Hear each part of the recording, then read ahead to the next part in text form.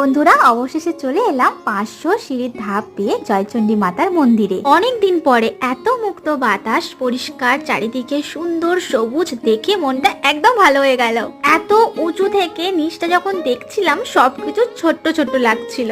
মন্দিরের উপরে 3-4টি দোকান রয়েছে, কিন্তু আমাকে আকর্ষণ করলো ঝালমুড়ির দোকান। ছিলাম কিনবো না, কিন্তু যা ঝালমুড়ির গন্ধ বেরোচ্ছে লোভ আর সামলাতে পারলাম না, কিনেই ফেললাম। মা বাবার সাথে বেশ অনেকক্ষণ টাইম স্পেন্ড করলাম ওখানে, খুব সুন্দর। তোমরাও যাবে, ওখানে ভালো লাগবে। আমি কিন্তু তোমাদেরকে বলবো একটু তাড়াতাড়ি যেও, ওখানে গিয়ে একটু সময় না কাটালে সেই ফিলটাই আসবে না।